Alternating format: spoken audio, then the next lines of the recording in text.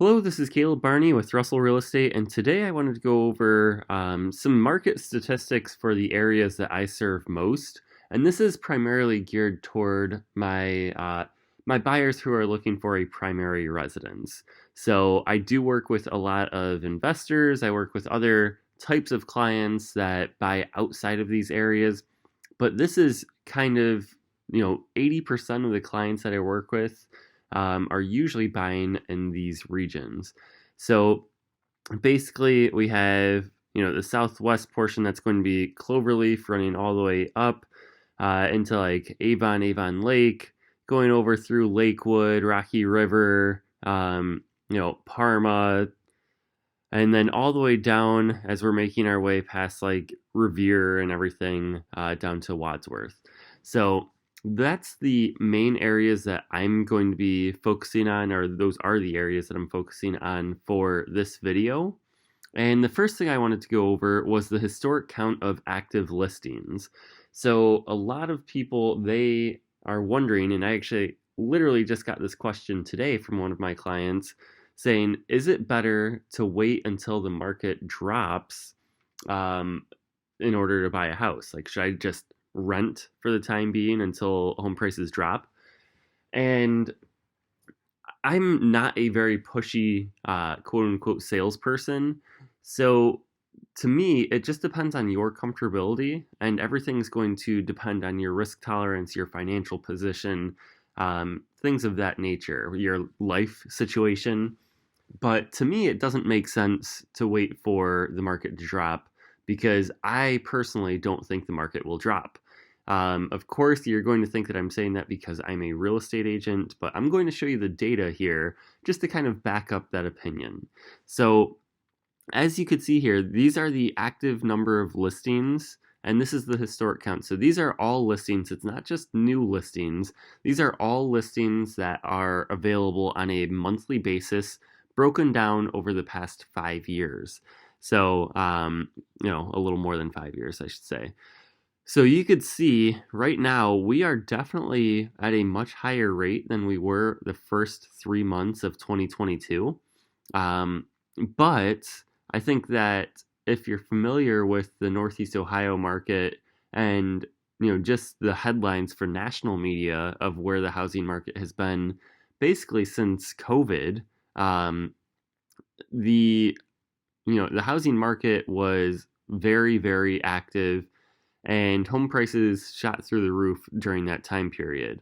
If you thought that there wasn't a lot of inventory in the beginning of 2021, well, guess what? We actually have less inventory right now in those areas that I highlighted in 2023.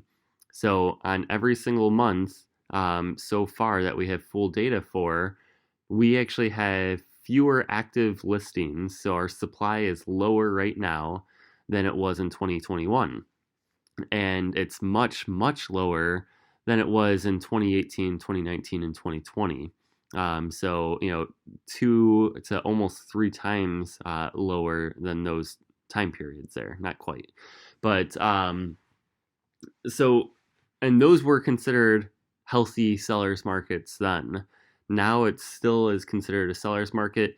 I would say the difference between 2023 and 2021 is that while supply is actually still lower than it was in 2021, our demand has dropped off pretty considerably as well. And that's just because interest rates have more than doubled from the start of 2022 to where they are now.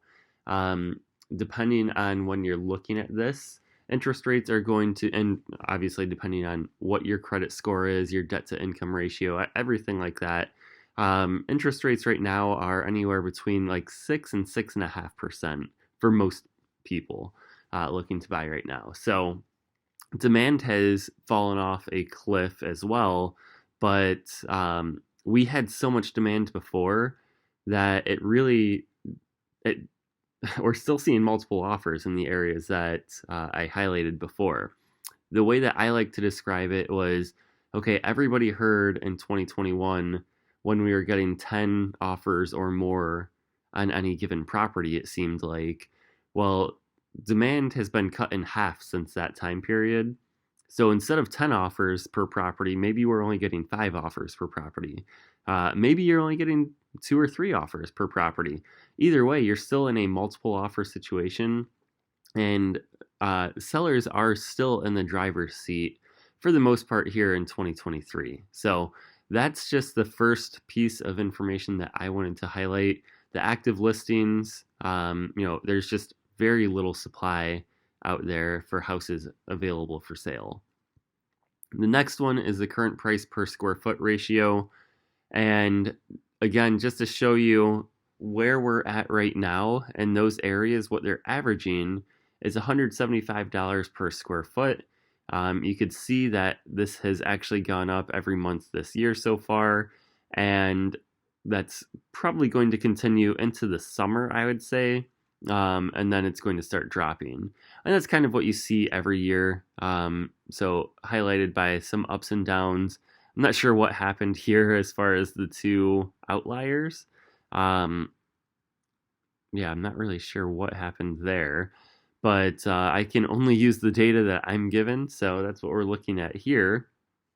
And basically, you could see that every single year, prices have gone up on a year-over-year basis, and that's something to keep in mind.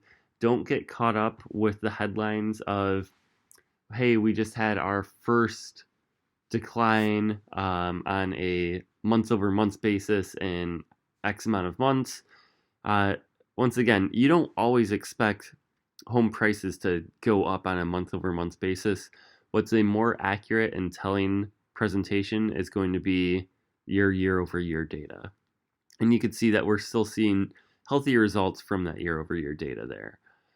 So that is just going to be a byproduct of, again, our supply and demand equation. Yes, supply has stayed or remained very low. Demand has decreased. At the point where demand is less than supply, that's where I could see home prices dropping. But until then, I think that we're going to stay pretty steady here in the Northeast Ohio market. And lastly, that one's titled wrong on the top there, but this is the sales price average, again dating back to 2018. And you could see that the average price of these houses is basically around $300,000 now. That did peak last summer. We had May and June at close to the $325,000 mark. But again, that's kind of what you would expect in the summer months where it starts to heat up a little bit before it cools off again a little in the winter. So Northeast Ohio, you typically see, usually you would actually see December, January, February as your lower months, but it's been a little bit of an odd market since COVID hit. So what we're looking at here, you still are seeing price increases year over year, and right now in that area that I had highlighted previously, we're looking at an average sales price of about $300,000. So once again, that's just the market data for what we're looking at as far as these these locations. I don't see a price decline in our future. If there's a price decline, I think it's because there's something going on that is greater than what's going on here in Northeast Ohio. So whenever there's uncertainty, whether it's going to be, interest rates, mortgage interest rates shooting up again, which I actually think they're going to stabilize a little bit this year and actually start to go down a little bit. We had the bank failures, we had Russia and Ukraine, we had COVID, we've had supply chain issues, we've had all of these different items that have come up and disrupted the market a little bit and kind of thrown things off. So it's definitely not to say that there's a 0% chance that home prices go down. But when people ask me, okay, should I just rent or should I buy now? Again, if you are well qualified, if you feel financially stable, if you're pre-approved, if your life situation is kind of pushing you towards buying as opposed to renting. And if you feel like you have a stable job and you want to move, I'd say you need to buy. Just because I don't think home prices are going to go down to the extent of whatever it is you're looking to buy.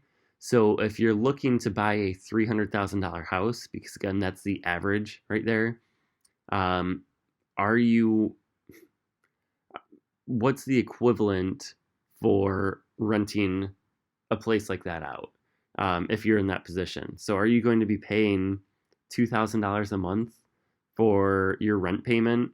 So you're paying $24,000 where at the end of the year, that money is just gone, as opposed to, at least if you're a homeowner, you are building equity by paying that loan down. You're getting tax benefits. You are hopefully building equity with home values going up, at least over time, if not, within the next year or so. So that's where home ownership, I think, really will end up paying off and being the right choice for you. But again, that's a personal decision for you to make. So if you have any questions on specific markets in the Northeast Ohio area, feel free to reach out to me. I'd be more than happy to talk. Otherwise, have a great day.